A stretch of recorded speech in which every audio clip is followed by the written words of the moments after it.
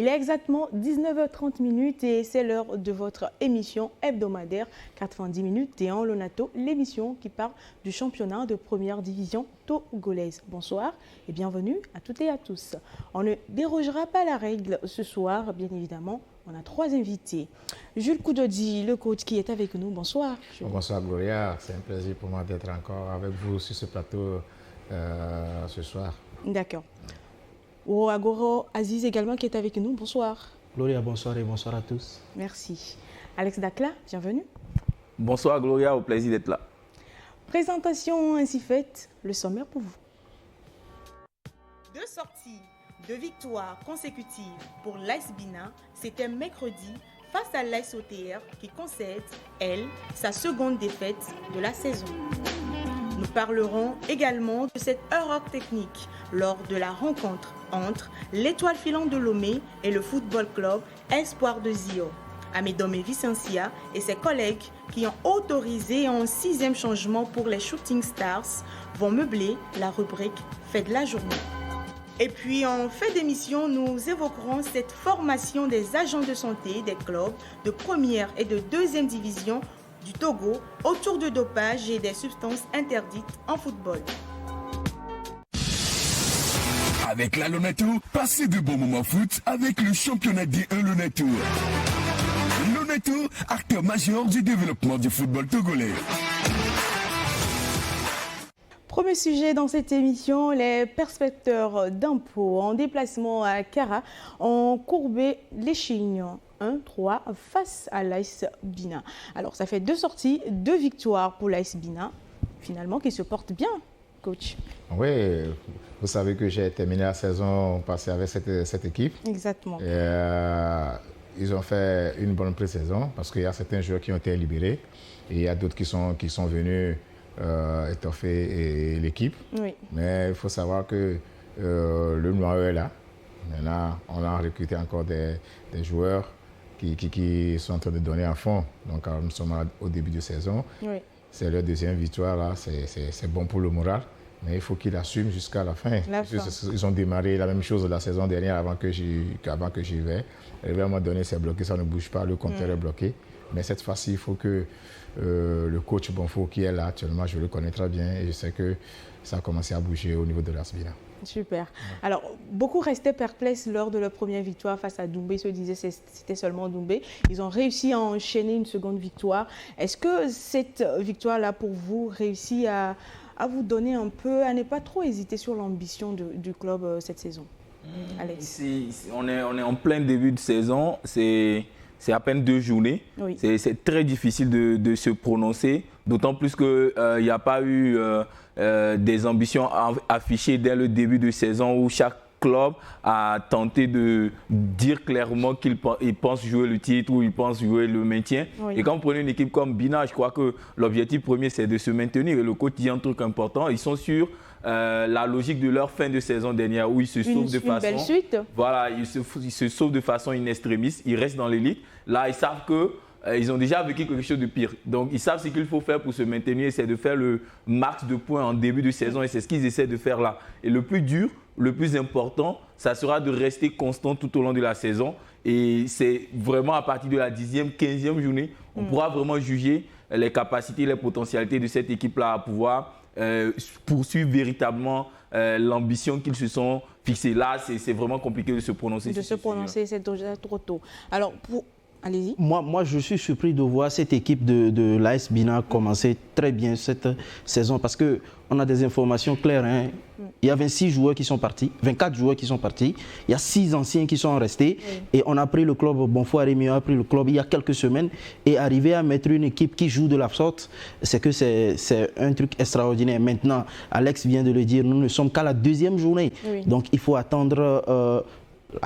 la 10e, la 11e, sinon la 12e journée, pour voir si vraiment c'est un truc qui est mis en place pour faire maintenir le club en D1. Parce qu'on se rappelle que la saison dernière, ils ont commencé de la même manière et ce n'est que le coach qui est venu les sortir de l'eau. De l'eau. On verra bien pour la suite avec les prochains matchs. Mais avant, on va d'abord écouter l'intervention du coach de l'AS Bina, Bonfo, qui nous parle ici de comment ça s'est passé cette belle rencontre. Je ne peux qu'être en joie. Nous avons eu ce que nous attendions, la victoire. Au-delà de la victoire, je crois quand même que le jeu de ce soir était très fluide. Nous avons pu contenir le milieu de AS-OTR où vraiment il crée le danger. Donc nous avons bataillé dur, on a gagné la bataille du milieu, cela nous a valu cette victoire. Coach, est-ce que quand vous avez suivi cette rencontre, est-ce que vous avez vu cette bataille du milieu qui a été vraiment gagnée par cette équipe de l'AS Bina? Oui, effectivement, puisque la possession était pour AS Bina. Ils ont gagné la bataille au milieu du terrain, ils ont créé beaucoup d'occasions et ils étaient réalistes devant le but. Donc c'est ce qui a fait qu'ils ont marqué jusqu'à 3 buts.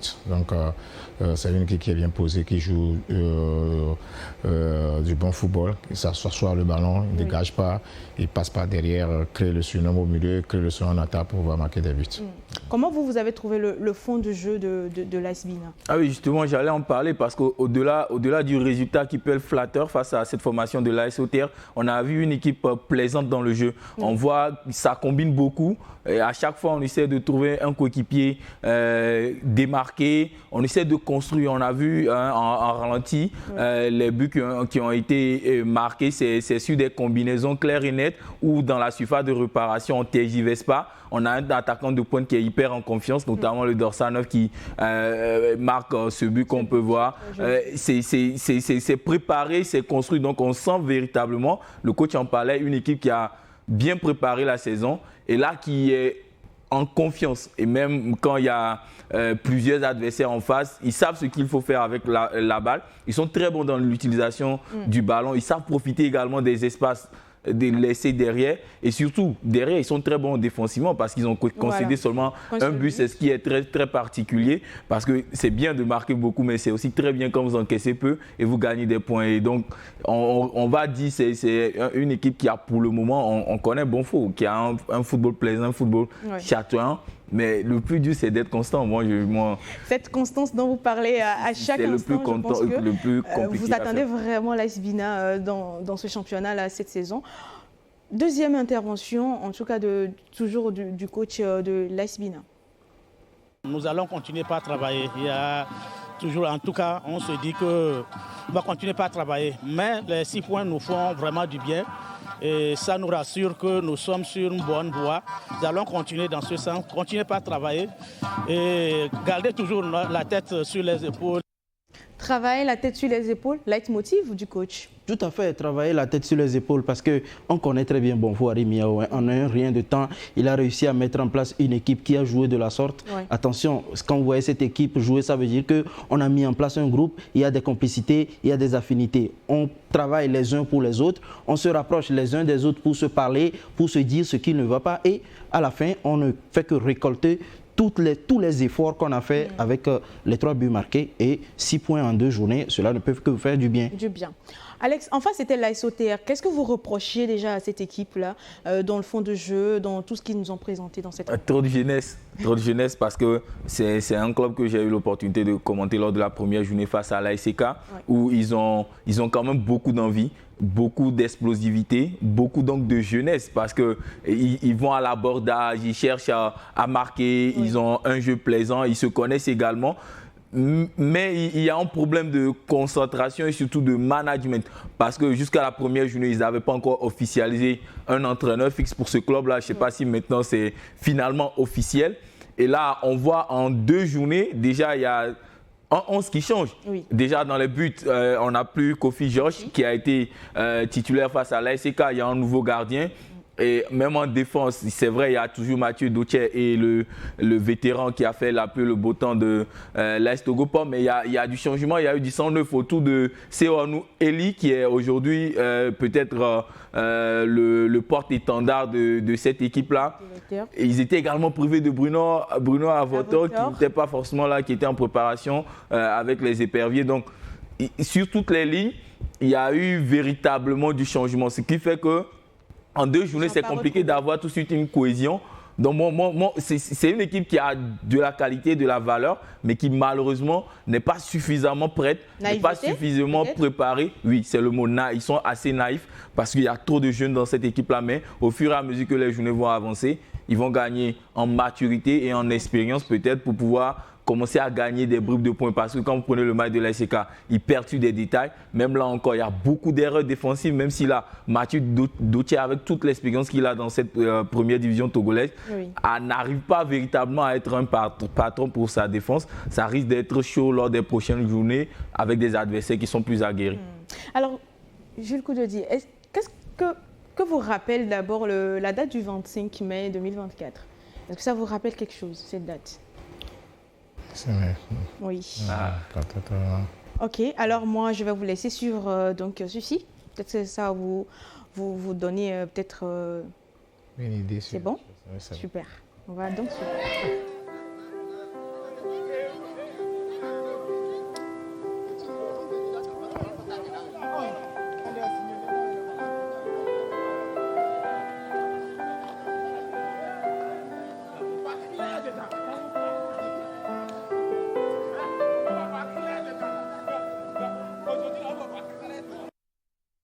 La 23e journée de la saison dernière, vous avez gagné votre première victoire en étant le coach de l'AS Bina et c'était aussi face à l'AS OTR, 2-1. Vous aviez eu une forte émotion, on a vu des pleurs. Que ressentiez-vous à cet instant-là? Oui, c'est de l'émotion. Parce qu'on perdait le match là, l'AS Bina serait en deuxième division aujourd'hui. Oui. Puisque lorsque je suis parti là-bas, c'était mon troisième match, puisque j'avais perdu les 2 premiers matchs quand je suis arrivé. Et j'ai dit au secrétaire général que si je perdais le match là, j'allais démissionner, j'allais retourner chez moi. Maintenant, on est parti, j'ai gagné 2-1. Moi, je suis resté, et la bataille, ça a continué. Et puis, avec le travail, on a pu sauver cette équipe. Maintenant aussi, il y avait un fait aussi ce match avant qu'on est venu, que je ne peux pas vous dire sur le plateau. D'accord. Ça reste personnel. Voilà, tout ça l'a amené. C'était le combo parfait pour avoir cette émission. Tout à fait. Non, que voulez-vous dire? La date me dit quelque chose parce que j'étais au plateau lorsqu'on faisait l'émission. Mais moi, il y a une image qui moi, m'a choqué tout de suite en revoyant ces images du 25 mai là. C'est qu'il y a certains détails que nous, on banalise dans nos championnats qui comptent pour moi dans la réussite d'un club. Regardez un peu, si on pouvait revoir, là on voit l'image de la saison dernière. Regardez un peu le maillot de l'AS OTR. C'est le même maillot qu'ils ont porté pour une nouvelle saison, s'il vous plaît. Tout à fait. Moi, je suis joueur dans une équipe et sur 2 saisons, on porte le même maillot. Je ne suis jamais motivé. Il n'y a pas de motivation. Non, je ne sens même pas la nouveauté. On ne sent pas qu'on est véritablement dans une nouvelle saison. Ce n'est pas les moyens qui manquent dans cette équipe-là. Donc, sur ce genre de détails, il faut faire des efforts. Regardez l'AS Bina, ils ont quand même un nouveau kit pour la nouvelle saison. Donc, on sent un nouvel élan, une nouvelle ambition. Un renouvellement. Ouais, c'est le strict minimum qu'on peut demander au club. Moi, franchement, c'est un truc qui me reste dans la gorge. Alors, Aziz, qu'est-ce que vous avez ressenti quand vous avez vu ces images? En fait, il faut dire que Alex a dit un truc de très important. Il y a beaucoup de détails. Avec les coachs togolais, et Jules, le coach peut nous le témoigner, il y a beaucoup de choses dans les coulisses qu'on ne peut jamais imaginer. Vous pouvez penser qu'avec cette équipe de l'AS OTR, 2 matchs, 6 buts, d'accord, encaissés, il y a beaucoup de naïveté. C'est pas de la qualité qui manque. Les jeunes qu'on a recrutés sont de très bons joueurs. Maintenant, cela reste l'éternel problème du championnat togolais.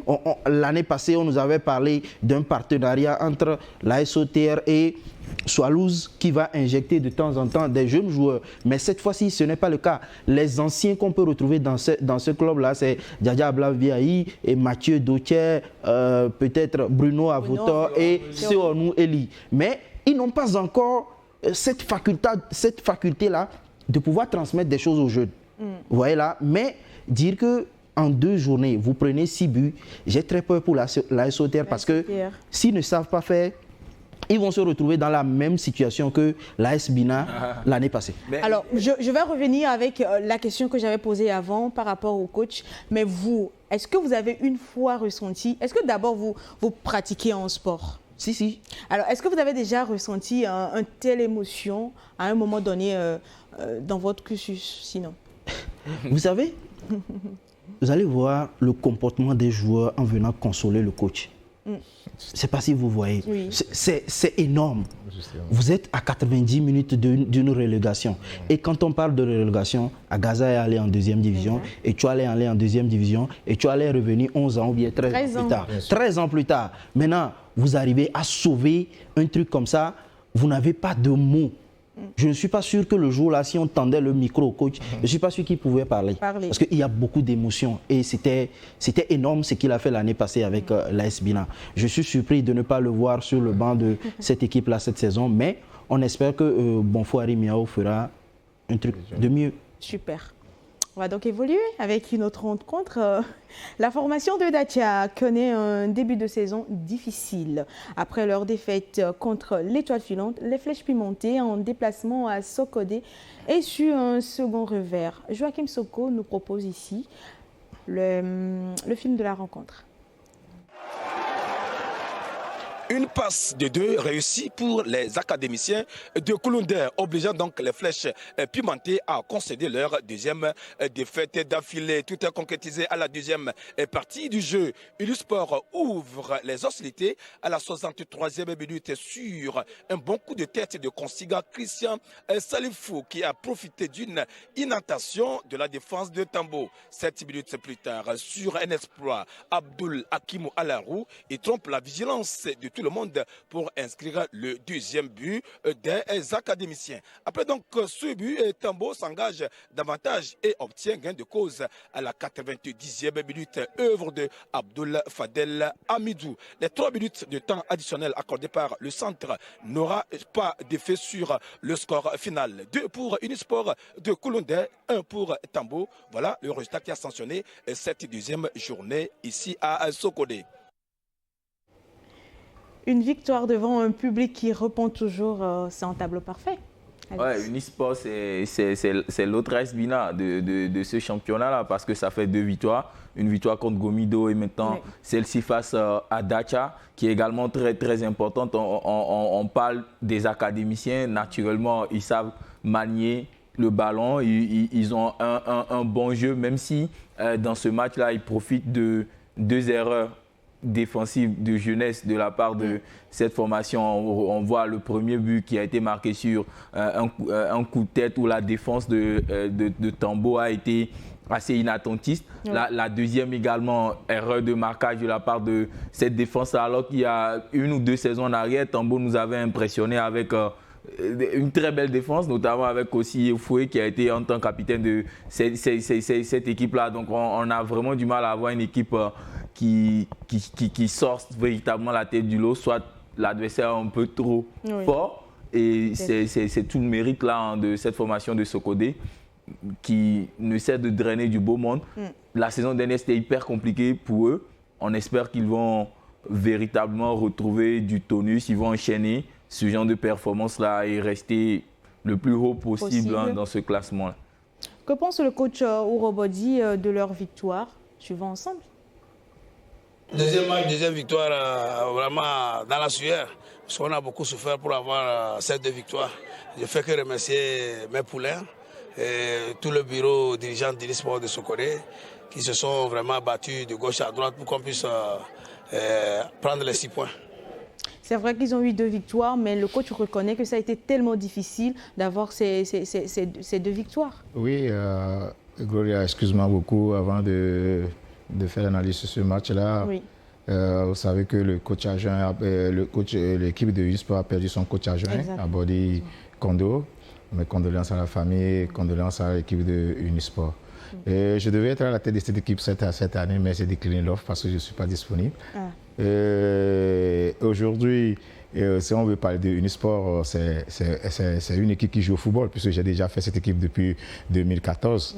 Et ça joue du beau football. Et la première journée qu'ils ont gagné contre Agomido, ce n'est pas du hasard. Et ils ont confirmé aujourd'hui. Donc, il y a du football. Toutes les équipes qui vont passer par Sokodé ou bien qui vont recevoir Unisport doivent jouer du ballon. Sinon, que ce soit à domicile ou à l'extérieur, c'est une équipe qui se comporte très, très bien. Donc, je connais ces joueurs. Au même moment, quand vous voyez à Kouloundé là-bas, chaque matin, on peut jouer du football du matin jusqu'au soir. C'est un vivier des jeunes joueurs là-bas qui manient bien le ballon. À chaque fois, ils ont toujours trouvé des... Sokode a été toujours la vie du football. Voilà, ils ont trouvé des joueurs. Donc, on doit attendre une sport sur tous les coups, sur tous les flancs. Mais revenir à Tambo aujourd'hui, c'est un soutien qui a fait la pré-saison de cette équipe. Ouais. Cette équipe a commencé à travailler avant même les autres équipes. À chaque saison, l'équipe de Tambo ne baisse pas là-bas, toujours sur les fronts. Ils ont joué beaucoup de matchs amicaux. Et à la veille, le coach nous est parti, on amène un entraîneur du Joli. Ça serait très compliqué et très difficile. C'est ça qu'on est en train de voir, 2 matchs, 2 défaites. Donc, ils doivent réagir rapidement. Sinon, attention, ils sont que 12, ils sont que 14. Sinon, ça va aller très vite. Et la D2, c'est réservé pour tout le monde. On ne va pas pardonner cette année. Alors, de l'assurance pour la suite? Oui, beaucoup d'assurance parce que le nom académicien n'est pas volé. Le coach l'a dit. À Koulundé, le fief de Unisport, ça joue extrêmement au football. Chaque fois. Et Unisport fait partie de ces clubs-là qui n'a jamais été trop fort ni trop faible. Ils finissent toujours au milieu du tableau. Vous voyez? Et la particularité de cette équipe, c'est quoi? À domicile, ils font tout pour gagner et ils font tout pour aller surprendre à l'extérieur. Soit un match nul, soit ils gagnent. Et ils gagnent des matchs que vous n'attendiez pas. Donc, c'est pour dire que cette équipe-là est vraiment joueuse. Ils n'ont pas vraiment les mêmes joueurs que la saison dernière, mais il y a toujours ce cocon-là, ce truc-là qui est toujours là. Maintenant, du côté de l'AS Tambo, je crois que je vais toujours le dire, on change trop de choses à la tête de nos équipes. On reviendra avec cette équipe de l'AS Tambo, si vous me le permettez. On va y aller d'abord avec cette deuxième intervention du coach, pour en parler derrière. Il traîne des bobos où je ne peux pas lui faire terminer le match puisqu'on a assez de matchs. Il faut conserver des joueurs pour donner un. Et puis il faut roder l'équipe. On est là, il faut roder pour avoir des doublures. Aujourd'hui, si Tchassouna Abdoulaye est convoqué à la sélection, qui va le remplacer? Donc il faut au moins essayer de donner la chance aux autres pour qu'on puisse avoir une équipe compétitive. La sortie de Tchassouna Abdoulaye a permis à cette équipe d'être plus laborieuse en deuxième mi-temps. On a vu, ça veut dire que le coach a su lire le jeu finalement à un moment donné. Ah oui, souvent vous aviez des joueurs ils paraissent être votre métronome. Et bizarrement, toute l'équipe compte sur ce joueur-là. Et souvent, quand vous avez une star, par exemple, vous avez Messi dans votre équipe, vous faites moins d'efforts, parce que vous savez que le mec, il va faire un triplé, un quadruplé. Ça peut arriver dans ce genre d'équipe aussi, mais quand il sort, vous savez que vous n'aviez plus ce génie-là qui pourra changer l'issue de la rencontre. Et du coup, vous êtes obligé de vous surpasser. Et c'est ce qui s'est passé avec cette formation-là. Ils se sont surpassés. Ils ont su, au prix de leur effort, obtenu une très belle victoire qui va sûrement compter tout au long de la rencontre. Et le coach le dit si bien, il faut ménager également, il faut conserver pour que tout le monde soit impliqué. C'est un collectif. Quand il y a trop d'individualité, souvent ça peut se retourner contre l'équipe. Donc il faut impliquer tout le monde, il faut doubler les postes. Il a dit, bon après, on parle d'une ville où il y a beaucoup de joueurs, beaucoup de talents. Oui. Il faut donner la chance. Si le banc est fourni, pourquoi pas? Oui, il faut lancer les jeunes, des jeunes parce que c'est la relève de demain. D'accord. Et le coach, il le fait bien plus. Alors, on voit finalement une très belle entame de Unisport. Est-ce que ça permet ou ça donne malheureusement, c'est en train de montrer que c'est Massi en train de rentrer un tout petit peu dans les oubliettes? Non, c'est Massi ne peut pas. Non, quelle que soit la deuxième division, c'est Massi, demain toujours c'est Massi, ne peut pas rentrer dans les oubliettes. Voilà. Et pour vous? Oui, Gloria. En fait, par rapport à cet aspect-là, vous savez, je ne pense pas que dans des équipes comme Unisport, il y a un seul joueur sur qui on peut compter. On peut compter sur tout le monde. Et puis, c'est le collectif qui fait que cette équipe-là est chaque fois au niveau où elle est. Et assez solide. Toujours et toujours, il y a cette solidité dans l'équipe. Maintenant, peut-être que c'est une question d'humilité de la part du coach qui dit qu'il faut préserver le joueur et tout, mais il ne faut pas aussi oublier que... la plupart du temps, une seule hirondelle ne fait pas le printemps. Il faut modifier, il faut essayer des choses parce que nous ne sommes qu'à la deuxième journée. Et ça va être long. Alors, revenons sur cette équipe de Tambo. Une déception pour ce début de saison? Oui, déception parce que Tambo, c'est entre griffes un club qui est venu comme le nouveau riche du championnat. Ils ont fait quoi? 3 ans d'existence, D2, il s'est monté très vite, c'est venu en D1. Donc c'est un peu comme un nouveau riche, il y a eu beaucoup d'investissements. C'est l'un des clubs des rares qui a 2 bus au Togo quand même. Et c'est un club qui est très ambitieux, qui a à chaque fois affiché ses ambitions. Moi, je dis même que c'est un club qui a révolutionné un peu les autres équipes, hein, vu leur manière d'être, l'apparence, la communication autour du club. Ça a vraiment titillé les autres équipes qui étaient là. Ils ont commencé à faire un peu pareil, notamment sur les réseaux sociaux et tout. Donc aujourd'hui, c'est une très grosse déception. Et cette déception-là est liée au fait que Tambo vend trop de joueurs. Tambo libère trop les joueurs et il y a une grosse instabilité au niveau du banc de touche. Mais c'est incroyable que vous fassiez une pré-saison avec un coach et que aujourd'hui, ce coach-là n'est plus là. Vous faites revenir un ancien coach que vous aviez viré entre-temps. C'est incohérent, c'est pas concordant du tout. Même si moi, je n'enlève rien à la qualité de que ce soit Noutoudien, que ce soit Joly. Ils sont très bons, mais moi, j'ai jamais pu supporter ça. Cette histoire d'ex là, ton ex qui repart, qui revient. Alex, je pense que vous êtes sûr. C'est pas le grand amour, quoi. D'accord. On vous a écouté un tout petit peu, mais aussi le coach Joly va nous donner ses impressions. C'est contre le cours du jeu. Je pense que ce soir, sur le contenu, au niveau des 2 équipes, ça a été vraiment acceptable. C'était un match équitable, il faut le dire. C'était un match vraiment équilibré, j'allais dire. Un match équilibré et nous avons perdu sur quelques petits détails par rapport au mauvais placement de notre défense. Il n'y avait pas le danger en face, mais je pense que nous nous sommes tous seuls mis la pression et nous avons pris 2 buts coup sur coup.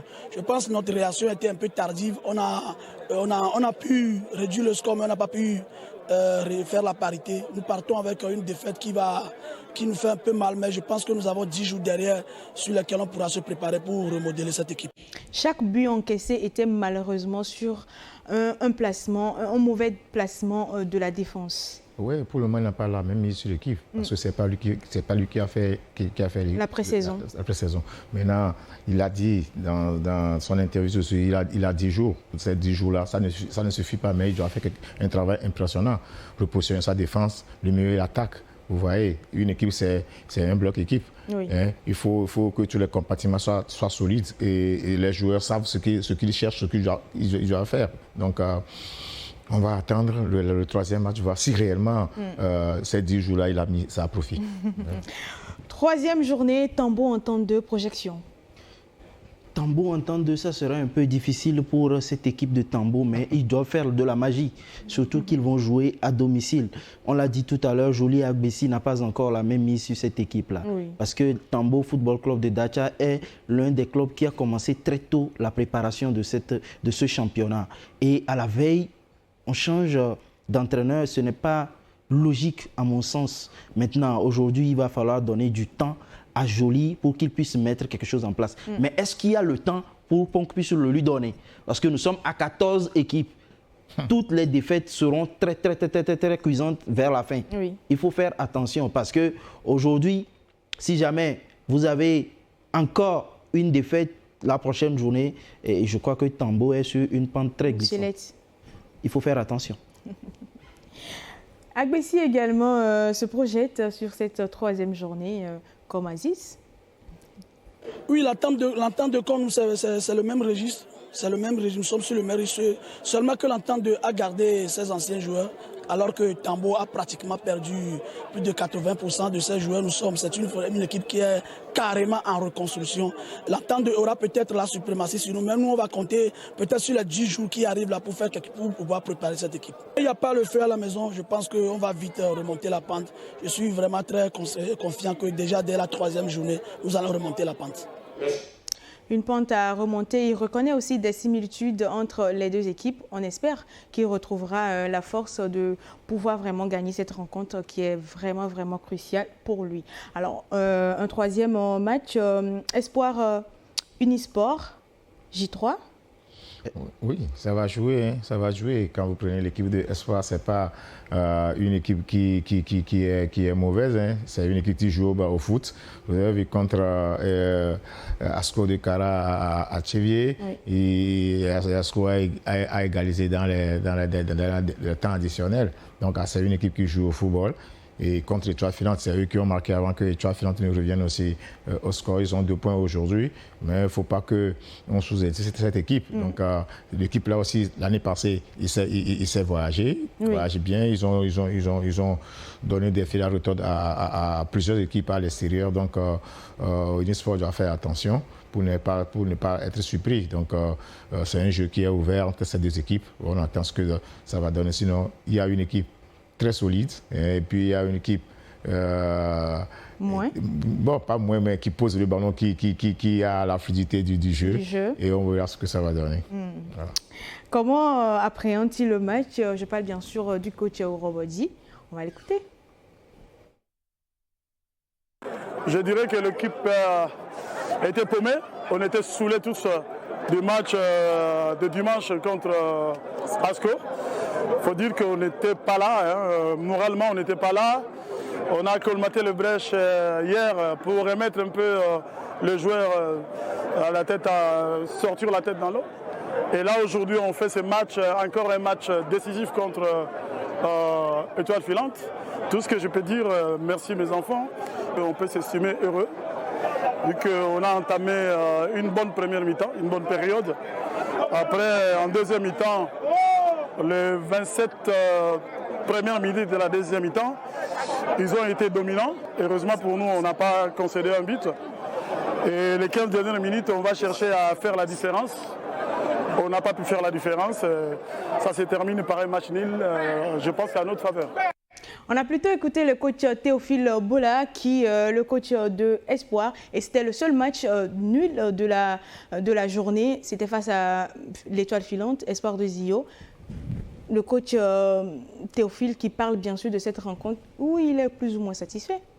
Oui, naturellement, quand vous jouez un match et que vous ne gagnez pas, alors que vous semblez avoir la même mise sur ce match-là, tout comme face à Asco, ils ont longtemps mené. Là aussi, ils mènent au score, mais ils se font égaliser. Ça veut dire qu'il y a un problème de gestion de match dans cette équipe-là. Et il s'en plaint, il s'en veut. Et je crois qu'il aura l'opportunité de travailler cela parce que Espoir, c'est quand même l'une des rares équipes qui ne s'est pas qualifiée pour les coupes continentales, mais qui a gardé une certaine constance au niveau du banc de touche. Théophile est toujours là. Donc ça veut dire qu'il y a un boulot de fond et de forme qui se fait. Malheureusement, les résultats ne suivent pas. Et on parlait de cette prochaine affiche-là face à Unisport, qui a 2 victoires contre eux. Ils ont 2 matchs nuls. Niveau confiance, on est vraiment très en forme, très aguerri côté Unisport parce qu'on a la victoire qui nous sourit déjà. Eux n'ont pas encore eu de victoire. Donc ils vont être peut-être plus agressifs. Voilà, ils abordent ce match-là avec moins de confiance que cette formation d'Unisport. Et aujourd'hui, Théophile Bola, il doit retrouver le discours qu'il faut pour motiver sa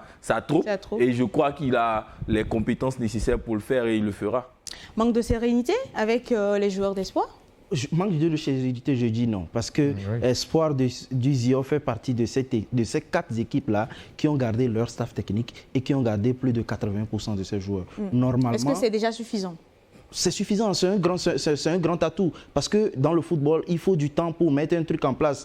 Alex vient de le dire, Théophile Bola était là, ça fait pratiquement combien? Ça fait pratiquement 2 ans. Donc, à défaut de perdre, il faut rentrer à la maison avec un match nul. Maintenant, ce match-là, je pense que ça sera l'un des matchs les plus attrayants de la 3e journée parce que de part et d'autre, on a une équipe qui pose le ballon, qui joue, mais Espoir aura l'avantage de pouvoir jouer à domicile. Mais attention, comme on vient de le dire, les académiciens savent très bien voyager. Tout à fait. Que doivent-ils faire pour mieux avancer peut-être? Il faut qu'on soit lucide, c'est ça. Quand vous avez les occasions de but, il faut les concrétiser, il ne faut pas les rater et être solide derrière. Toujours, moi j'ai toujours parlé du bloc équipe. Vous avez un bon bloc équipe. L'équipe n'est pas souvent en danger, mais si le bloc équipe est toujours étiré, là, ça devient compliqué. Donc, il faut que les joueurs savent ce qu'ils doivent faire sur le terrain et puis le tour est joué. Alors, on va suivre aussi l'intervention du coach de l'Étoile Filante après cette rencontre. L'adversaire ne fait que dégager le ballon. Si vous voyez le jeu, il n'y a pas eu un jeu construit. On prend le ballon de la défense, on balance, on cherche la transition. Donc je crois qu'on n'était pas vraiment préparé à ça.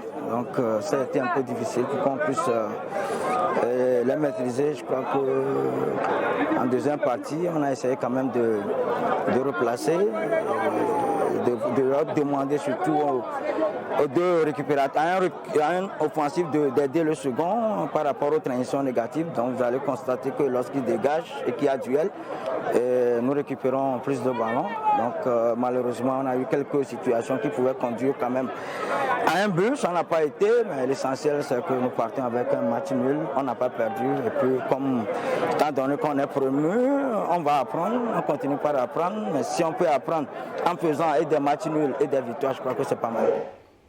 Sur le visage d'Adiakba, on voit très bien cette déception, mais quand on regarde dans cette rencontre, on a l'impression qu'ils n'ont pas su s'adapter au jeu d'espoir.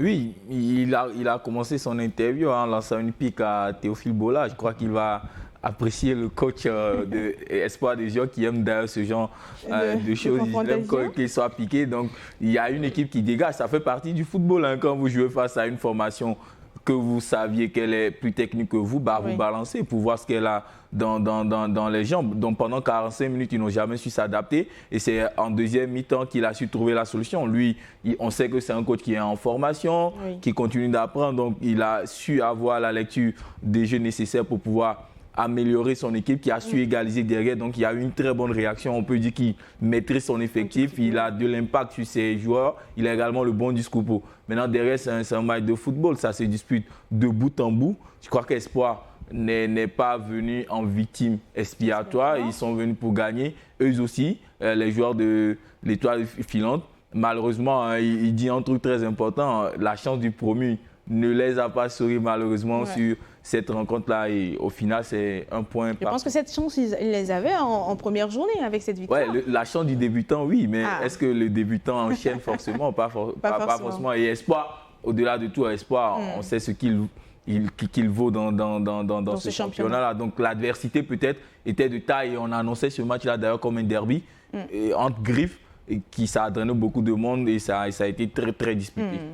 Alors, 13 années passées en D2, je parle bien sûr de l'Étoile filante, qui est de retour en première division, qui jouait mercredi son premier match à domicile devant son public. Emmanuel Jotoglo a donc souhaité prendre quelques réactions des fans de ce club mythique d'antan. 13 années passées en deuxième division, l'Étoile filante est de retour dans la D1 Lonato. Cet après-midi, l'Étoile filante reçoit Espoir FC de Zio. Quelles sont les attentes des supporters? L'Étoile filante retrouvera-t-il son lustre d'attente? Nous allons leur poser la question. L'attente a été longue, mais souvent on dit, quelle que soit la durée de la nuit, le jour vient. Et nous sommes très heureux de revoir notre équipe en D1, parce que c'est l'une des meilleures équipes du Togo. Et on espère que l'équipe va beaucoup s'améliorer et elle va donner le meilleur d'elle-même pour que nous jouons au moins le top 3. C'est pas facile à nous. On est resté de cette division jusqu'à 13 ans. C'est pas facile, c'est très difficile. Mais par la grâce de Dieu, Dieu nous a donné un bon président, monsieur Wilson Papa Bangou. On a vécu des périodes très, très difficiles. Et actuellement, on veut retrouver l'Étoile filante. Vraie Étoile filante qui existait dans le temps passé. Quand j'étais petit, je regardais les matchs de l'Étoile filante. Depuis quand Yéman Nasser, j'ai commencé à regarder les matchs. Ça fait 13 ans qu'on est parti, on est revenu en force. Donc pour le moment, le groupe est soudé avec la motivation de notre président Wilson. Nous sommes prêts maintenant pour le maintien, mais pas pour être champion. Et on espère la victoire et nous serons sacrés champions. Tel qu'il est dans le passé, l'Étoile filante va revenir de même manière. Parce que le président ne baisse pas le bras. Nous qui sommes fans de l'Étoile filante, on n'a jamais désespéré. Parce que nous savons l'équipe que nous supportons. Et il est vrai qu'on a traversé un long désert. Mais la 2-1 va nous sentir. Parce que nous sommes de retour. La shooting star est de retour. Atomique, boum, atomique, boum, atomique, boum, boum, boum. Viva Filante. Viva Filante. Atomique, boum, boum, boum. Hey.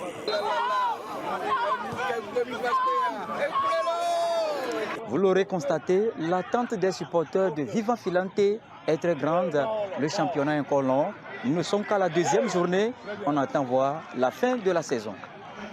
On attend voir cette fin de saison, on n'est qu'à la deuxième journée. Mais est-ce que pour vous, l'étoile filante pourra encore faire rêver son public comme les années 70-80?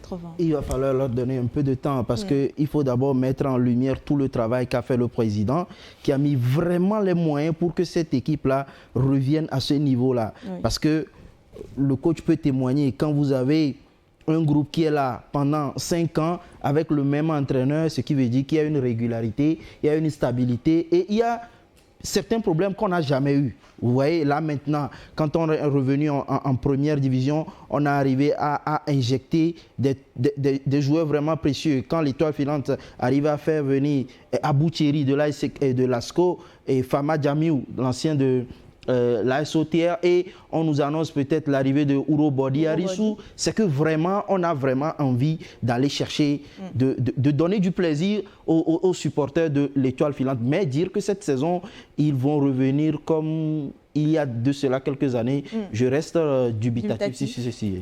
Alors coach, vous avez joué à Gaza, c'était face, vous avez une fois ou deux fois ou plusieurs fois joué face à cette équipe d'étoiles filantes et vous avez connu cette équipe d'étoiles filantes, mais est-ce que l'équipe d'antan et cette équipe que nous voyons aujourd'hui, est-ce que c'est vraiment la même source? Non, c'est pas la même chose. J'ai joué pour l'étoile filante. C'est là où j'ai commencé à jouer en première division. J'ai joué à l'étoile filante avec les Wadjalantam, Wadjak Bati. Ils sont nombreux à la Matassa et autres là. C'est du football, on produit du jeu, du bon jeu. On parle des années 70, hein, dans les années 80, 95, 96, pas connu tout ça. Ce beau jeu là. C'est pas ni. Donc c'est une équipe qui produit du jeu. Vos confrères l'ont souligné, ils ont fait de bonnes analyses. Pour avoir une équipe très solide, il faut avoir des bons joueurs. Oui. S'il n'y a pas de bons joueurs, on ne peut rien. Il faut avoir aussi un bon staff qui comprend le jeu, qui comprend la philosophie dans laquelle il veut jouer. Tout de suite, le coach est en train de dire que l'espoir n'a fait que dégager les ballons. Moi, je dis oui. Et regardez la forme physique des joueurs de Espoir. C'est dans notre philosophie. Il ne veut pas produire le jeu par au sol, il veut balancer, aller chercher, marquer des buts. C'est à lui de s'adapter à ce jeu. Maintenant, imposer son rythme de jeu à l'adversaire. Donc c'est comme ça. Sinon, et tu vas revenir, je suis sûr, mais pas pour le moment. Ça va commencer petit à petit. Aujourd'hui, il faut essayer d'aller jouer le maintien. Et les saisons qui vont suivre là, avoir une équipe très solide avec des bons joueurs et je suis sûr qu'ils peuvent revenir sur le continent comme avant. Alex? Moi, il y a un discours, au-delà de tout ce qui a été dit, qui est juste. Il y a un discours qui me dérange personnellement. Moi, j'ai trop entendu président. Ça veut dire que le club dépend d'un homme. Et si, entre griffes, ce dernier quitte le club ou bien n'est plus là, il y aura forcément un problème. Donc moi je préfère qu'on ait des institutions fortes. C'est ce que moi je veux pour nos clubs. Aujourd'hui, il faut que, pour être périn, il faut avoir une institution. Il ne faut pas dépendre d'un homme. Moi, ça me dérange. Ça veut dire que quand le président ne serait pas là, je suis parfaitement d'accord avec Alex. Hein, oui. Le modèle économique dans lequel se trouve... Oui, il faut changer le modèle. Il faut changer le modèle, mais pour le moment, il y a un processus comment ça s'appelle là, de professionnalisation qui a été enclenché. Je crois qu'avec ce processus-là, on va transformer nos clubs en des sociétés et les dépenses ne reposeront plus sur la tête d'une seule personne. Je suis d'accord. Je vous donne un petit exemple. Vous imaginez un président de club qui a un match important le week-end. Quand on sait que quand on a un match, ce n'est pas moins de 2 millions, ce n'est pas moins de 3 millions de francs CFA. Le président qui rentre à la maison et on lui dit qu'il y a peut-être sa femme ou un de ses enfants qui a fait une crise. Il va choisir entre sa femme et l'équipe. Alex, tu peux me faire un choix? Je vais choisir de sauver ma famille. Donc, ça dépend de sa passion peut-être. Je suis d'accord parce que ça serait un peu compliqué. Oui. Je pense qu'il y aura un dilemme là-dedans. Il y a vraiment un dilemme, mais ça a été toujours comme ça au Togo. On donne toujours les clubs à quelqu'un qui a un peu de moyens. Ça fait longtemps, il faut changer les données, mais comme Alex le dit, il faut une équipe, ce n'est pas basé sur une seule personne. C'est ce que nous voyons souvent au Togo. Et quand le président n'est plus, l'équipe va sombrer. L'équipe aussi s'écroule. Ouais, et c'est là où je voulais chuter. Ça veut dire quoi? Si Étoile Filante veut demeurer dans cette... Il faut changer le projet parce que c'est quand même un club très historique. Et il faut être maintenant dans un très grand projet, commencer petit à petit. Mais... D'accord. Alors, une projection s'impose donc pour Espoir. Que feront-ils pour une meilleure performance? Réponse dans cette interview. Il faut compter 10 jours à peu près de préparation. Donc, c'est tout plus qu'un microcycle. Donc, je pense que les 10 jours va suffire pour mettre tout le monde à faire une bonne cohésion. Parce que nous venons d'avoir les joueurs qui viennent d'arriver, comme les Ben, comme les Kaka, tant d'autres. On n'a pas fait cette adjonction entre anciens et nouveaux. En tout cas, on n'a pas arrivé à faire ça. Et nous avons aussi de nouveaux joueurs à essayer de lancer, quoi. Je pense que 10 jours nous suffira pour battre cette équipe de Nisport. 10 jours de prépa pour trouver l'alchimie entre les nouveaux et les anciens. Et de surcroît avec un moral un tout petit peu bas, arriveront-ils? Oui, vous avez vu tout de suite Joly a parlé de 10 jours. Lui aussi vient de parler de 10 jours. Les équipes qui sont actuellement en difficulté, je vais mettre ça à profit. Vous voyez, et surtout ceux qui ont gagné. Si vous gagnez, je suis coach. Si vous gagnez des matchs comme ça, l'entraînement est facile. Hein? Ça devient facile. On est là, l'ambiance est là, on travaille bien, tout le monde est confiant. Mais quand on est en difficulté, là, c'est autre chose aussi. On est des fois sous la pression. Il faut booster le moral des joueurs, il faut les pousser, il faut beaucoup de discours, tout ça et autres. Donc, nous allons attendre les 10 jours passer et puis on va retrouver. On va trancher. Voilà. Pour vous? Bon, en tout cas, il faut attendre vraiment les 10 jours. Donc, si 2 à 3 entraîneurs parlent de 10 jours, c'est qu'on a besoin de temps pour se préparer. Tout à fait. On a besoin de temps pour mettre des trucs. Pour des équipes qui ont réclamé tant le début du championnat, moi, je suis choqué, hein, franchement. Juste seulement en 2 journées. On ne fait que s'en tenir au discours des entraîneurs. Je pense qu'en 10 jours, il peut le faire. Donc, on attend. Le coach vient de le dire. En 10 jours, on va juger le match entre Espoir et Unisport. C'est tout ce qu'on peut faire actuellement. Ce qui est sûr, ils ont les deux équipes 10 jours. Oui. 10 jours, sans plus, sans moins. Ouais. Et on verra bien, hein, c'est seul. C'est ça. Alex. Alors, Bolesou Barracuda, notre match. Toujours pas, le Barracuda n'y arrive pas. Le club portuaire concède sa deuxième défaite à Aniro face au requin mâle du littoral. En d'autres thèmes, Wadja Lantam n'y arrive pas. Oui, j'ai vu le premier match de cette équipe contre Entendeux. Oui. Ils n'ont pas démérité, ils se sont bien battus. Et c'était un football physique qu'on a vu l'autre fois. Le jeu n'est pas posé. Chacun voulait préserver sa cage. Et il était un pénalty. Entendeux a ouvert le score. La Sauté a couru derrière. Las Barracuda a couru derrière les buts, mais il n'a pas pu revenir au score. Et je les ai vus aussi jouer à Nehor. Le jeu a changé par rapport à ce qu'ils ont produit la première journée. Ils étaient menés au score. Wadja a multiplié des changements jusqu'à ce qu'il est revenu au score. Mais vers la fin, ils ont pris encore un second but. Mais cette équipe aussi, il manque certains joueurs. Bozo Thomas qui joue au milieu du terrain. Il y a Hicham Tadobo, l'attaquant fétiche qui marquait le meilleur buteur de l'équipe. Ils ont perdu plusieurs joueurs, mais ils n'ont pas pu faire le recrutement. Et j'ai posé la question, j'ai appris qu'ils n'ont pas voulu faire du recrutement cette saison. Ça peine sur cette équipe au niveau de l'attaque, c'est pas ça. Même en défense aussi, c'est pas ça. L'équipe là, je ne sais pas que le mercato est fini, mais ils doivent chercher d'autres joueurs pour étoffer cette équipe pour pouvoir exister. Sinon, Wadja actuellement est en train de travailler, je suis toujours avec lui, on cause toujours. D'accord. Donc il doit retrouver le chemin des filets pour Alex, pour vous, qu'est-ce qui manque vraiment à Wadja Lantam avec ce début de saison assez difficile pour le coach? Bon, personnellement, moi je suis très perplexe quand je vois un coach beaucoup voyager entre les équipes et ne pas avoir du temps du repos. Je prends le cas, Jules Koudiodi par exemple. il était avec un club, il est allé au Bénin, après il fait une pause pour se ressourcer avant de revenir. Même l'ancien coach de l'AC Barracuda, le jeune Folie. Et là, aujourd'hui, il est en pause. C'est-à-dire, à un moment donné, là, il fait AS Bina, AS Bolesu, AS Barracuda enchaîné. Il faut s'arrêter en fait. À un moment, voilà, il faut souffler. Moi, je dis il faut souffler. Moi, là, il est en panne d'inspiration. Qu'on le veut ou non, à un moment donné, le discours, il est le même partout. Mais il y a des endroits. Mais c'est pas avec les mêmes joueurs. Ouais, c'est comme on a tendance à dire, on nous a donné une clé, mais c'est pas la bonne porte, quoi. C'est vrai. Les serrures diffèrent. Oui, c'est ça le problème. Actuellement, moi, je pense qu'il y a véritablement un problème de panne d'inspiration, lui, à son niveau, parce que c'est un très bon coach, mais qui a besoin de se ressourcer. S'il était resté dans le même club, là, il n'y a pas de discours. Mais quand vous changez à chaque fois, à chaque fin de saison, pour moi, c'est compliqué. Il peut avoir l'effectif qu'il faut, mais le discours ne va pas passer, quoi. Ou bien la baraka va manquer à un moment donné. Là, c'est contre son ancien club. Malheureusement. Et les requins sont très forts que les barracudas. Alors, Alex, on va rappeler les résultats de cette deuxième journée. L'AS Bina corrige l'AS OTR sur un score de 3-1. Une victoire également pour Unisport de Sokodé contre l'AS Tambo. Bolesu se défait de Barracuda. Étoile filante, Espoir.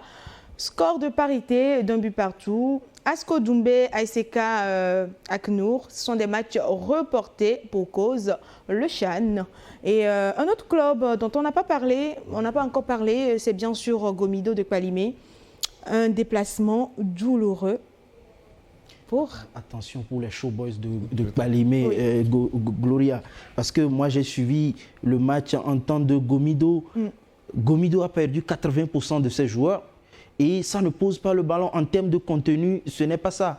Mais on se rappelle qu'on a quelqu'un qui maîtrise le football togolais à la tête de cette équipe-là. Est-ce que c'est parce qu'on dira qu'il n'a pas eu le temps matériel pour pouvoir mettre en place une équipe? Moi, je dirais non. C'est parce qu'il y a toujours cette transhumance-là. Les joueurs, c'est une année. Quand on est ici aujourd'hui, on apprend qu'il y a tel président ou bien tel club qui paye bien. On aspire à autre chose. Alors que normalement, ça ne devait pas être le cas. Il faut épouser le projet du club.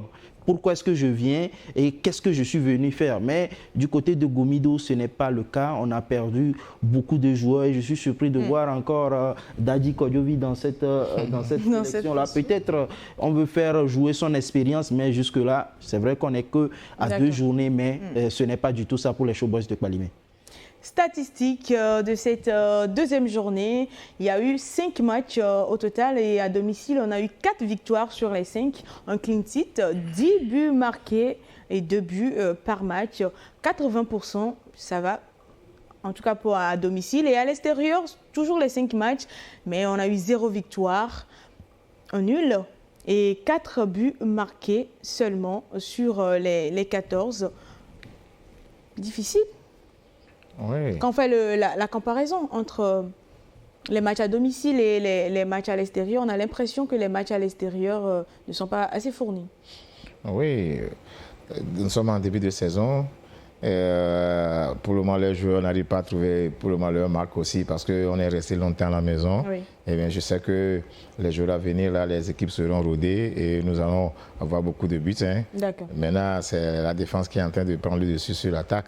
On va voir lorsque les équipes seront rodées. On a parlé de 5 à 10 journées ici et nous allons voir, il y aura beaucoup de changements. D'accord. Le classement, donc, l'AS Bina et Entente 2 sont sur les 2 premiers paliers, 6 points chacun avec 3 points de goal d'average. Unisport également à 6 points et 3e. Étoile filante, Bolesu sont respectivement à la 4e et à la 5e place. Et en bas du classement, on retrouve l'AS Tambo, AS Barracuda, l'AS OTR et Gomido qui sont à 0 pointé, malheureusement. Et voilà ainsi le classement de cette deuxième journée qui nous amène à cette pause avant la seconde partie.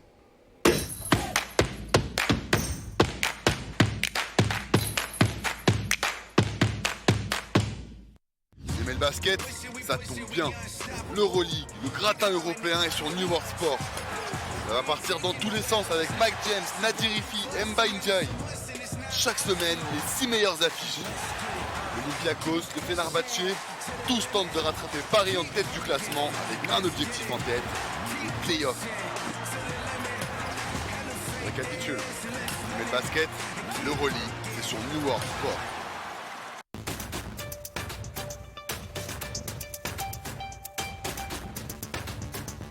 Allez, voici pour vous notre cadeau de fin d'année.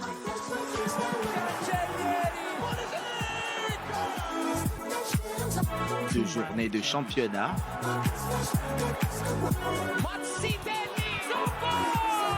la Super Coupe eSports FC.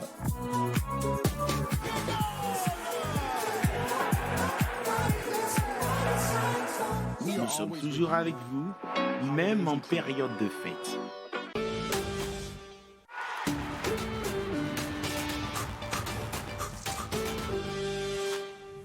Cette saison, vivez l'UEFA Europa League comme jamais auparavant sur vos chaînes New World TV.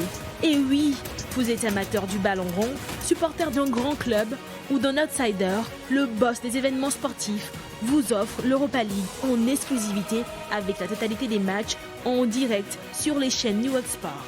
Tous les matchs, du premier coup de sifflet à la grande finale. Chaque but, chaque action décisive, chaque émotion. Soyez de la partie sur New World Sport pour ne rien manquer avec les joueurs africains les plus en vogue du moment. Et puis, ce n'est pas fini. Plongez au cœur de l'action grâce à nos plateaux d'analyse d'avant et après match. Des commentaires passionnés avec nos consultants et stars préférés dans l'émission Europowered. Restez juste connectés et vibrez avec le boss des événements sportifs tout au long de la saison. Toute l'Europa League et toute l'UEFA Conference League, c'est sur New World TV. New World TV, now you are watching.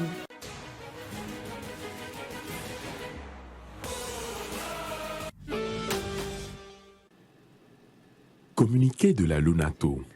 La Direction générale de la Loterie nationale togolaise porte à la connaissance de la population en général et des parieurs en particulier qu'il lui a été donné de constater que certaines personnes se réclamant de son personnel proposent à travers des messages qu'ils diffusent sur les réseaux sociaux de fournir des numéros gagnants pour des tirages de loto.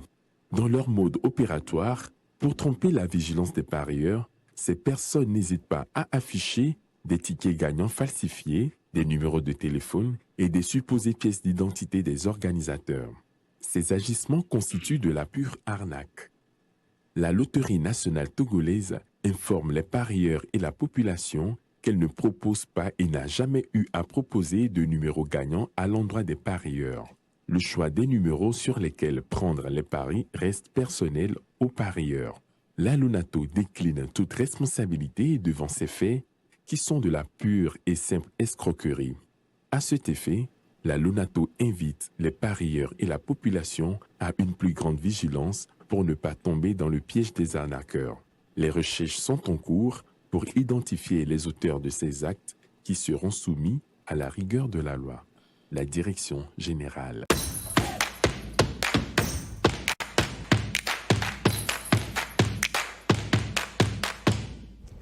C'est la deuxième mi-temps de cette émission. Deuxième partie, bien évidemment, fait de la journée. C'est tout de suite.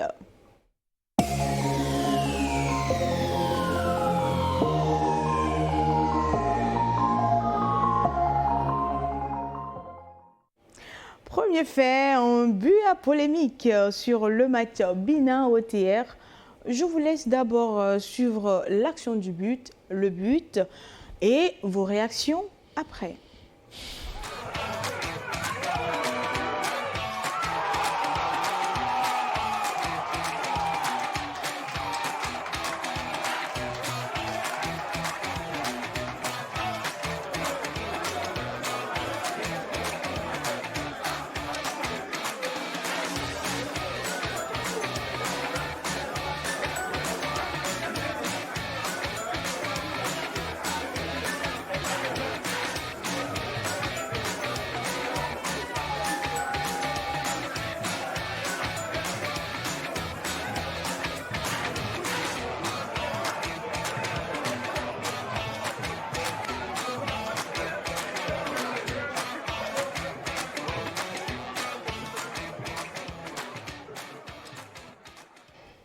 Un but refusé, accepté après, refusé encore par le 4e arbitre et après réaccepté pour ce deuxième but-là de l'AS Bina. Pour vous, polémique ou pas polémique sur ce but? Clairement, s'il y en a un but a été accepté, refusé, déjà à ce niveau, déjà, il y a un problème. Et le 4e arbitre qui intervient et tout, c'est naturellement que les joueurs de l'AS Bina peuvent se mettre à colère ou bien ceux de l'AS Pierre. Après, on remarque sur les images qu'il y a eu une réserve qui a été portée immédiatement, séance tenante en cours du match. Ça dit beaucoup. Et malheureusement, c'est des situations sur lesquelles la commission ne prend pas des décisions immédiates. Genre là, on va attendre peut-être jusqu'à la fin de la saison avant d'avoir un résultat. Du coup, la polémique va persister. Et c'est dommage. C'est dommage également pour vous? Non, c'est triste. Moi, je vois... Ah, triste. Très triste pour moi, ouais. Il n'y a pas de mots. Non, j'ai même pas envie. Vous n'avez même pas envie de réagir, coach. Ah là, c'est compliqué. Je suis d'accord avec Alex parce que plus on met du temps, plus on n'a pas la mémoire fraîche. Parce que sur le coup, on peut donner des informations. Mais quand on va attendre plusieurs journées après pour pouvoir statuer sur ce but-là, il y aura des non-dits. Peut-être pas forcément de mauvaise foi, mais les gens peuvent oublier. Maintenant, la réserve qui est portée, pourquoi est-ce qu'on porte la réserve? Sur le joueur qui a marqué ou quoi? On ne sait pas. Donc, je suis un peu vers le coach qui n'a même pas de mots pour justifier cette action-là. Parce que moi, j'aurais compris qu'il y avait hors-jeu. Parce que dans un Alors, si on peut revoir l'image du but, pourquoi pas? Là, ça vous aiderait peut-être plus d'informations. Plus de manière, d'accord. Ouais, bon, moi, justement, il n'y a rien. Théoriquement. Il n'y a rien théoriquement. Maintenant, peut-être qu'il y a une faute avant ou bien il y a hors-jeu, parce que là, il n'y a pas hors-jeu. La première chose qu'on peut demander, c'est est-ce qu'il y a position illicite du joueur. Voilà. Et moi je ne vais jamais cesser de le dire, Gloria, le comportement de nos joueurs. C'est eux les premiers acteurs, en fait. Oui. Parce que là, quand vous encaissez un but, et vous, joueurs, vous partez vers un arbitre pour réclamer quelque chose. Mais Alex... Théoriquement, les supporters... Dans les tribunes aussi, on le sent chaud. Ah, nos joueurs réclament, donc peut-être il a... Alex, paraît-il que c'est celui qui a fait le centre qui était en hors-jeu, pas celui qui a marqué. Non, même si... Bon, c'est là où je dis peut-être avant. Avant, oui. Là, moi, je ne vais pas m'aventurer sur ce terrain-là, mais des images qu'on voit, il n'y a potentiellement pas position d'hors-jeu. Regardez, là, il est couvert. Il est couvert par Mathieu Dautier. Et moi, ce que je déplore, c'est quand nos joueurs vont vers les arbitres pour réclamer des choses alors que là, le but est marqué. Normalement, ils ont peut-être que la réaction derrière, c'est la réaction qu'a eu les arbitres de refuser de réaccepter. Non, mais c'est parce qu'il y a un joueur qui va vers l'arbitre. C'est parce que, regardez sur l'image là, il y a un joueur qui est à côté de l'arbitre de touche, qui réclame quelque chose. Sinon, de base, ils ne sont pas tous allés. Regardez, par exemple, hier, pour ceux qui étaient au stade de Kégué, lors du match, il y a pratiquement 5 à 6 joueurs qui vont vers l'arbitre de touche pour réclamer une faute. Là, il y a un seul joueur qui arrive à obtenir gain de cause auprès d'un arbitre de touche. C'est calamiteux. On va suivre l'intervention. D'abord, tu me donnes quelques minutes, s'il te plaît. On va suivre l'intervention du coach de l'AS OTR sur cette action-là. Sinon, qu'est-ce que lui, il en pense? C'est un match, sincèrement, qui n'est pas perdu sur le terrain. C'est un match qui est perdu hors du terrain, bien avant sur le terrain. Parce que vous avez été témoin auditif et oculaire de la situation. Une équipe pour un match de 90 minutes, et voilà qu'un arbitre par une erreur fatale qui vient nous causer des dommages par rapport aux prestations de mes joueurs sur le terrain. Bon, sincèrement, tel que je viens de le dire, mes joueurs, après avoir égalisé le but, ils étaient rentrés dans le match. Mais voilà que ce but assassin, et que le juge d'arbitre a refusé, mais le central insiste toujours que c'est un but. Mais par après, il revient sur la même décision de mettre le ballon dans les 6 mètres 50. Et après aussi, il revient encore pas sous la pression de l'équipe adverse. Donc sincèrement, mes joueurs ne sont plus dedans. Ils ne sont plus dedans. Le Moura n'y tient pas. Il n'est pas encore tranché parce qu'on a porté des réserves là-dessus. Je ne sais pas comment la Fédé va jouer. Mais c'est un match que moi, je ne considère pas que c'est une défaite. Un but associé pour le coach Amedou, mais pour le coach de Bina, qu'est-ce qu'il lui en pense? On va l'écouter. Le match a eu un peu de jeu, il y a eu un hors-jeu qui n'a pas été à leur avantage. Et le troisième but. Vous avez ma réponse. Et le troisième but, le premier but. S'il y avait hors-jeu, je crois que l'arbitre il n'était pas seul. Je crois qu'ils étaient trois. En tout cas, moi, je ne veux pas m'aventurer dans... C'est son analyse et il a raison. Écoutez, ça ne l'arrange pas, il ne peut que faire ses analyses. Moi, je ne suis pas arbitre et je crois que je ne vais pas m'aventurer comme je l'ai dit. Mais ce que j'ai vu du banc de touche en tant qu'entraîneur, l'assistant a suivi l'action avec le fanion qu'il a baissé et n'étant pas arbitre, je sais que s'il y avait hors-jeu, il ne pouvait que faire monter le fanion.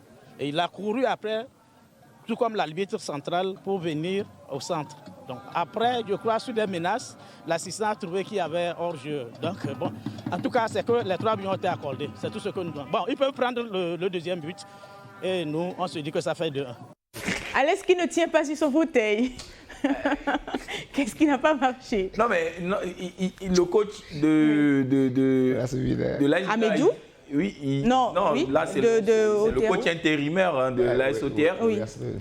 Il dit un truc important et c'est là où c'est compliqué de juger. On ne voit pas l'image réellement. Et si l'arbitre, en première intention, il ne lève pas son drapeau, mais l'action est passée. Les erreurs font partie du football. C'est d'ailleurs ce qui fait le charme de ce sport-là. Et moi, à un moment donné, il faut sensibiliser, il faut accepter certaines décisions. Regardez, à 2-1, le match n'est jamais fini. Hein. Vous pouvez égaliser, gagner 3-2. Oui. Et si vous laissez, parce que là, vous partez réclamer, vous avez gain de cause. L'adversaire aussi a le pouvoir de réclamer. L'adversaire aussi réclame, il a gain de cause. Et c'est vous, mentalement, qui perdez. Et vous perdez le match là, au mental, le coach le dit. Donc ça veut dire que mentalement, c'est une équipe qui n'est pas bien préparée. Vous pouvez commencer un match, l'arbitre peut commettre une erreur, c'est un humain. Mais après, il faut avoir le mental nécessaire pour revenir dans le match parce qu'on n'a pas de VAR. Peut-être qu'on n'en aura pas d'ici 5 ans, voire 10 ans. Donc il faut faire avec les moyens de bord. Et là, c'est là où nos joueurs, j'insiste, ils doivent être plus forts mentalement que ça. Ils ne doivent pas tomber dans ce genre de bassesse-là, dans ce genre de réclamation. Alors, ils perdent le mental, certes, Alex, mais coach, est-ce que le coach de l'autre équipe, de l'AS Bina, voilà, merci. Lui, il a parlé de quelque chose. Le premier but et le troisième but étaient marqués finalement. Donc, peu importe le deuxième but, il y aurait eu victoire. Oui, il a dit, bon, c'est un discours politique pour lui-même, lui. C'est l'avantage, ça l'arrange aussi, donc c'est ça. Et là-bas, quand vous voyez, au moment où le but a été marqué, il y a un joueur qui est parti chez le jeu de touche. L'arbitre est parti aussi là-bas. Vous voyez, bon, entre l'arbitre, ils sont consultés. C'est là où l'arbitre est en train d'annuler premièrement le but, mais après il est revenu encore sur le but. C'est là il y a la confusion. Bon, la laisse l'a dit, on ne sait pas qu'il y avait eu hors-jeu avant. Sinon, sur l'action, il n'y a pas hors-jeu. Sur l'action du but, là, on n'a pas vu leur jeu. Donc, les images qu'on a. Oui, qu'on a. Il y a pas... Et ce qui est incroyable, c'est Seonou Eli qui est attaquant, qui vient vers la vie de touche, qui n'était même pas au marquage. Rapidement. J'ai un truc que je ne comprends pas. Il y a deux faits là-bas. Hein. Quand l'assistant ne soulève pas son fanion, ce qui veut dire qu'il n'y a pas hors-jeu. D'accord.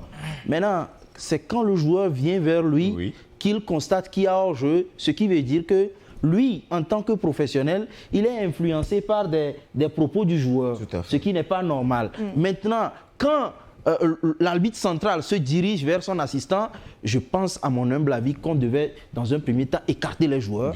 Il devait se consulter d'abord parce que déjà même, il faut rappeler également que les drapelés là, il y a un bouton sur les drapelés. Quand on appuie, l'arbitre central a un signe sur son bras.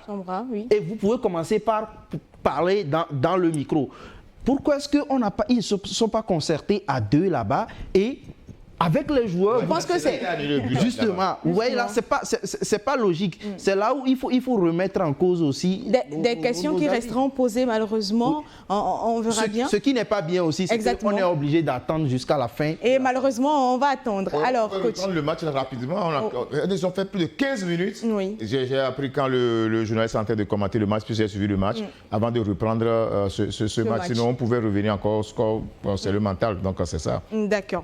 Alors, deux matchs différents, mais il y a eu toujours ce problème d'arbitrage avec ces arbitres-là qui ont malheureusement détourné le cours du jeu. Et ici, il s'agit de l'étoile filante Espoir de Zio. Lors de cette rencontre, l'hôte a effectué un 6e changement Amedo Mevicensia et les siens n'ont pas laissé faire. Hein, et il y a eu ce 6e changement-là qui révèle ainsi d'une erreur technique. Une erreur technique, pour vous, à qui la sanction, Alex?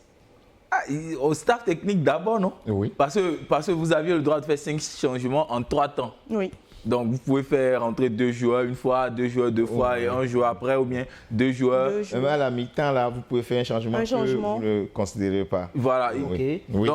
Donc, la première erreur vient du banc de touche. Oui, maintenant, mais je sais que je ne sais pas, il y a une loi peut-être qui autorise à faire 6 changements. Non.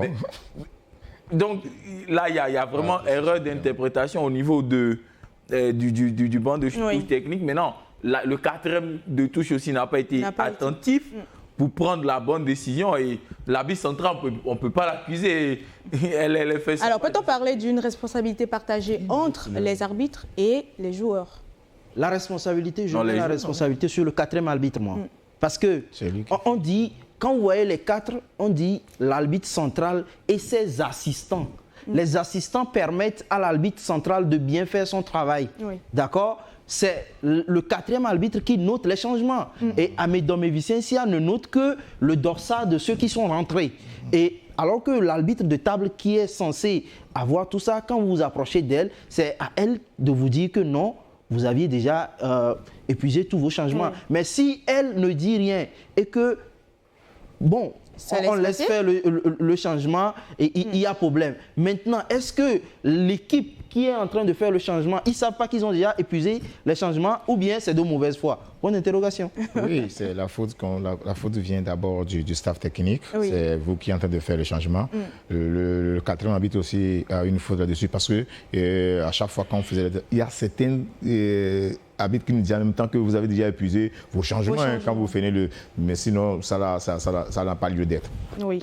Alors, on va suivre aussi l'intervention de Tefou Bola par rapport à ce match et à cette réaction-là. Je pense qu'on aura ces 3 points parce que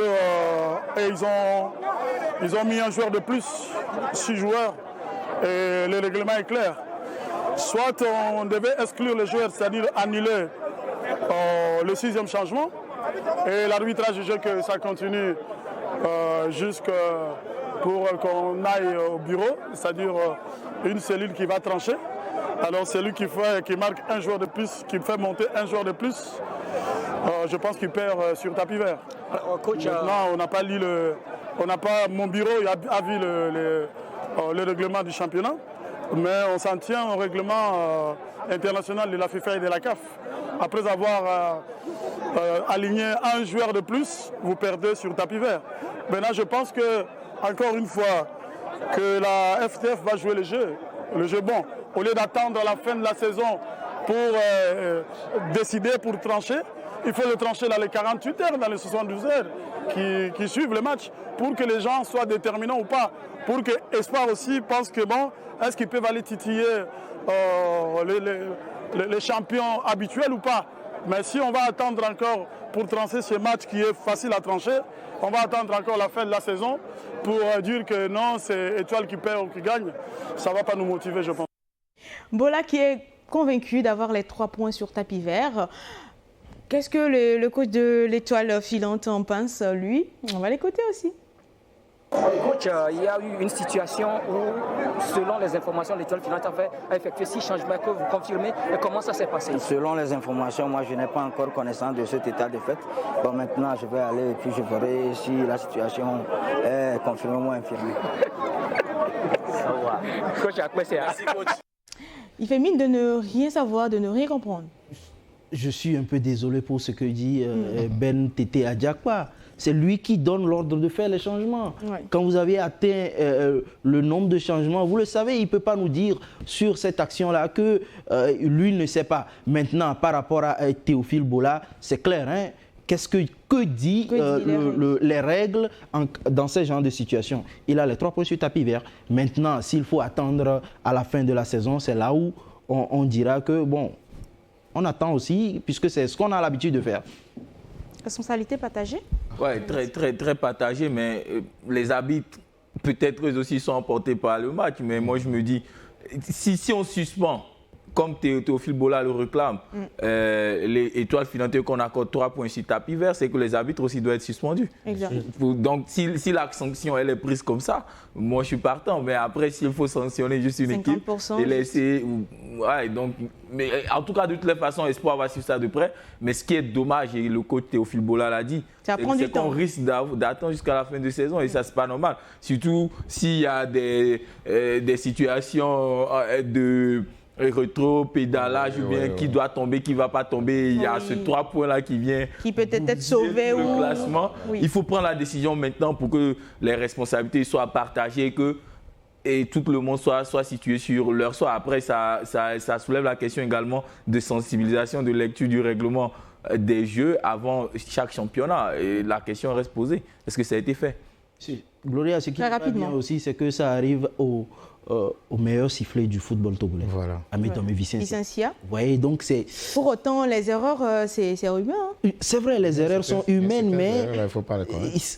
Elle est à un niveau de sa carrière où les erreurs sont impardonnables. Est-ce qu'il faut la mettre sur ce genre de match-là? Bien sûr. Bon. Son niveau. Aujourd'hui, c'est lui. Parce que toi-même, tu l'avais dit, c'est un peu le derby de cette deuxième journée-là. Donc, quel siffle ce match-là? Bon, il n'y a pas de souci, mais que ça lui arrive, c'est un peu compliqué. C'est un peu compliqué. C'est pas bien pour sa carrière. Oui. Alors, on va évoluer en une autre rubrique dans cette émission, Doc de la semaine.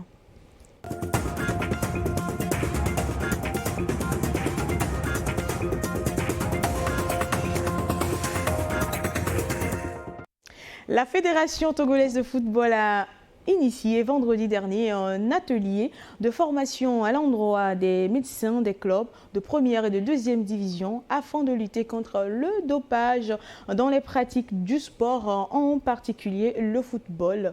Et un élément de Seram Kodae.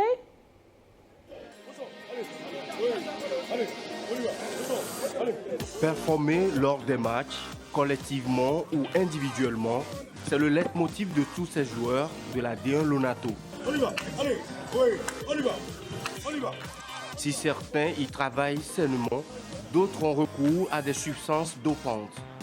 Le dopage étant une tricherie et un danger pour la santé des joueurs, en ce début de saison, la Fédération togolaise de football se dresse contre le phénomène. Le dopage n'est pas seulement une question, comme je l'ai dit tout à l'heure, d'éthique, mais c'est aussi un problème de santé publique pour les joueurs parce que au-delà des substances prises, il y a toujours des effets secondaires et qui surviennent 5, 10 ou même 20 ans après la prise de ces substances-là.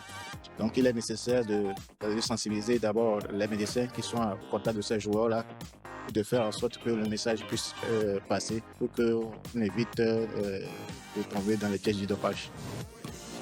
En effet, pour éviter aux joueurs le piège du dopage et que ces derniers s'adonnent à une nutrition adéquate et réduire les risques d'accidents en pleine rencontre ou en dehors, ils sont une quinzaine de personnels de santé des équipes de la première et deuxième division du Togo à prendre part à cet atelier de recyclage et de sensibilisation. Nous allons parler du dopage, nous allons parler des substances interdites, nous allons informer le personnel de santé des clubs sur comment remplir une autorisation d'utilisation, parce que si un joueur doit utiliser un médicament interdit, comment remplir la demande et comment l'envoyer. Pour la nutrition, nous allons montrer les grandes lignes d'une nutrition d'un joueur, mais nous allons aussi parler des accidents et des blessures. Aujourd'hui, nous avons beaucoup de commotions cérébrales dans le sport, nous avons des morts subites et nous savons qu'un joueur, par exemple, qui ne boit pas assez d'eau peut aller mourir sur un terrain. Et nous allons essayer de faire un atelier sur le massage cardiaque. Nous allons parler des blessures en général, qu'est-ce qu'il faut faire pour que les joueurs n'aient pas trop de crampes, n'aient pas trop de déchirures. Désormais, et au cours de cette saison, la réglementation en vigueur sera appliquée et une méthode est mise en place. C'est qu'à la mi-temps, on tire au sort 2 joueurs. Et à la fin du match, les 2 passent en salle de contrôle et ils doivent boire beaucoup d'eau pour uriner. On recueille donc les urines et les urines sont scellées et envoyées pour le contrôle antidopage au niveau de l'agence mondiale antidopage. Et lorsque les résultats reviennent, eh bien, si le joueur est positif, il est sanctionné. S'il n'est pas positif, tant mieux. Le dopage est un cancer pour le football. Vivement que ces efforts éradiquent cette pratique afin de préserver la santé des joueurs. Le dopage, un mal à combattre dans le football, c'est finalement un cancer, comme le dit cet élément.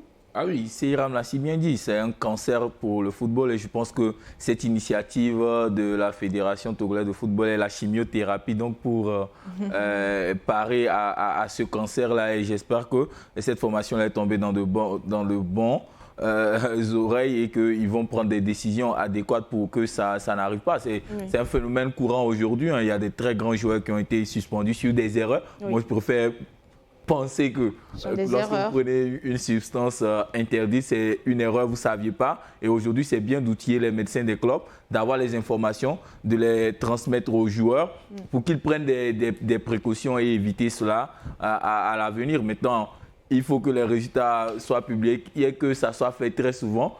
Maintenant, moi mon seul petit regret, c'est que la cible, c'est D1, D2. Moi, je pense qu'il faut viser la base parce que quand vous êtes déjà très jeune, vous êtes outillé sur ce genre d'informations. Je pense que l'information sera relayée. Pas forcément. C'est vrai que c'est une formation pour les premières et deuxièmes divisions, mais l'information sera peut-être relayée. Moi, c'est mon souhait. Si c'est fait, tant mieux. Parce que après, ces clubs n'ont pas d'équipe de jeunes. Hein. Donc, il faut élargir peut-être la formation. J'espère que ça sera fait, ça sera bien et ça va sauver notre football. Alors, coach, quand vous êtes en exercice, est-ce que vous avez souvent des joueurs qui se dopent et qui, malheureusement, vous retrouvez, qui perdent un peu de leur forme?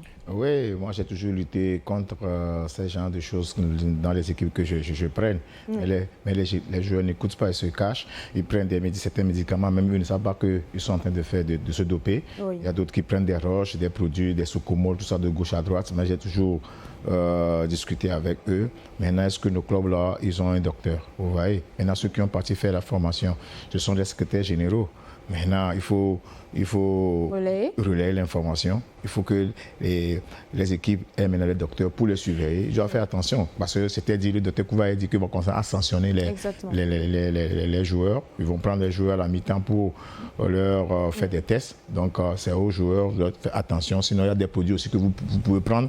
Sans savoir que ce sont des produits antidopants. Voilà. Il y a beaucoup de l'ignorance également, hein, tant au niveau du médecin que du joueur. Parce que dans la plupart de nos clubs, on n'a pas des médecins de sport à la tête des clubs. On met des médecins généralistes, quelqu'un qui peut te traiter un palu ou un truc.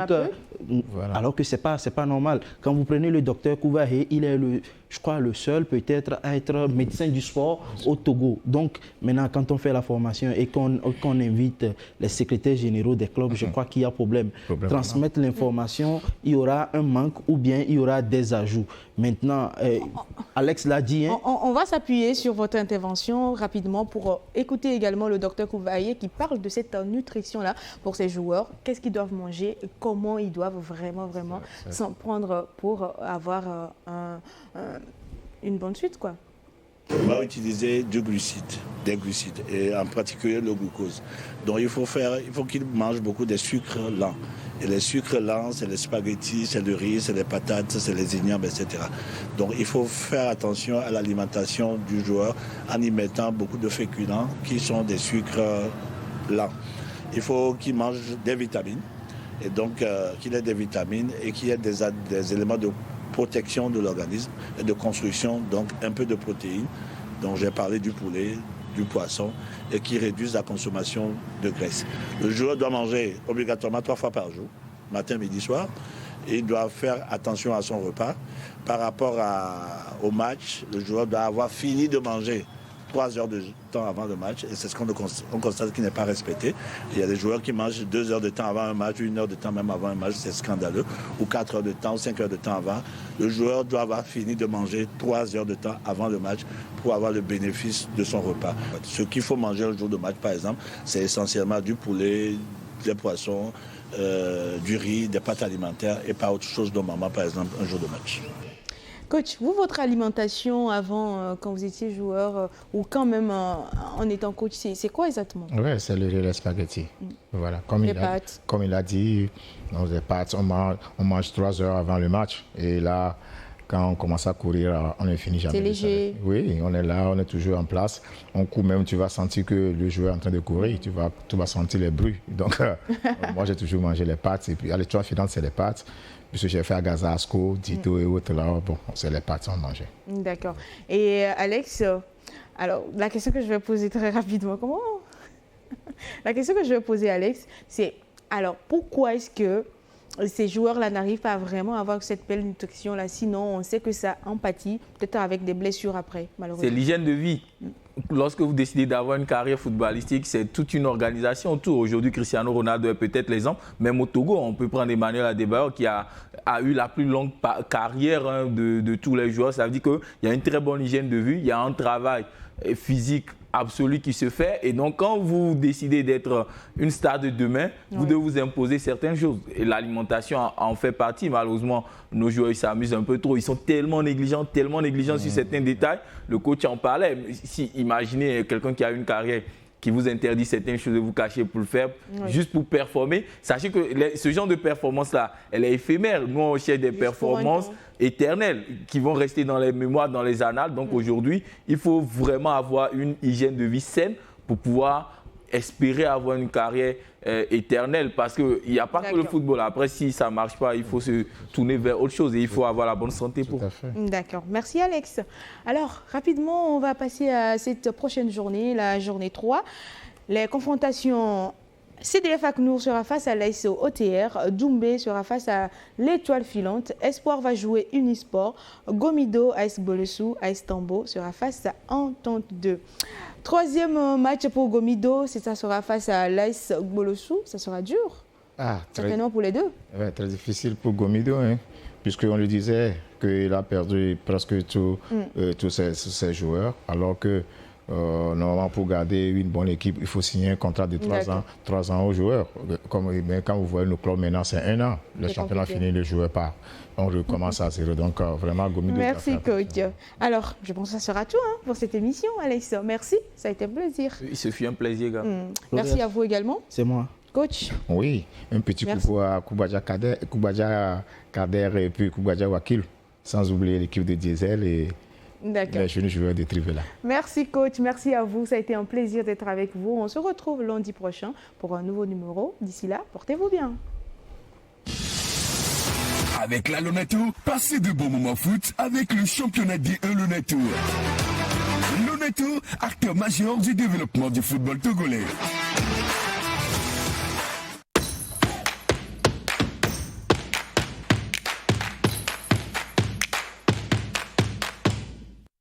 Le basket, ça tombe bien. L'Euroleague, le gratin européen est sur New World Sport. Ça va partir dans tous les sens avec Mike James, Nadir Rifi, Mba Ndiaye. Chaque semaine, les 6 meilleurs affichés. Olympiakos, le Fenerbahçe, tous tentent de rattraper Paris en tête du classement avec un objectif en tête, les playoffs. Je récapitule. Le basket, l'Euroleague, c'est sur New World Sport.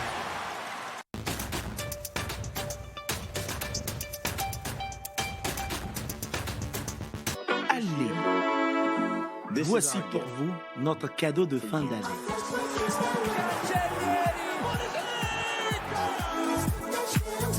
Deux journées de championnat.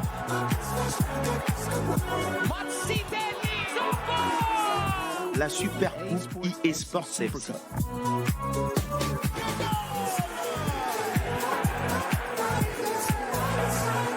Nous sommes toujours avec vous, même en période de fête.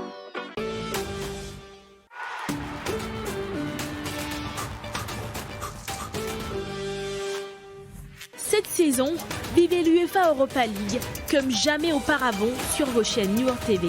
Et oui, vous êtes amateur du ballon rond, supporter d'un grand club ou d'un outsider, le boss des événements sportifs vous offre l'Europa League en exclusivité avec la totalité des matchs en direct sur les chaînes New World Sport.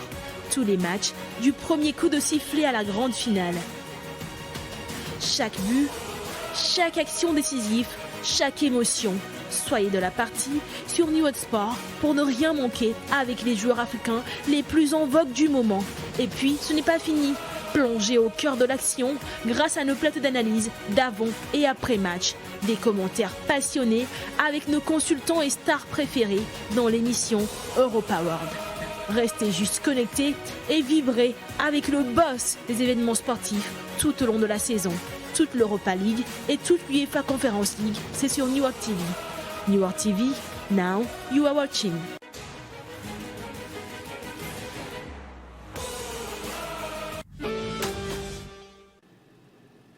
Communiqué de la Lonato.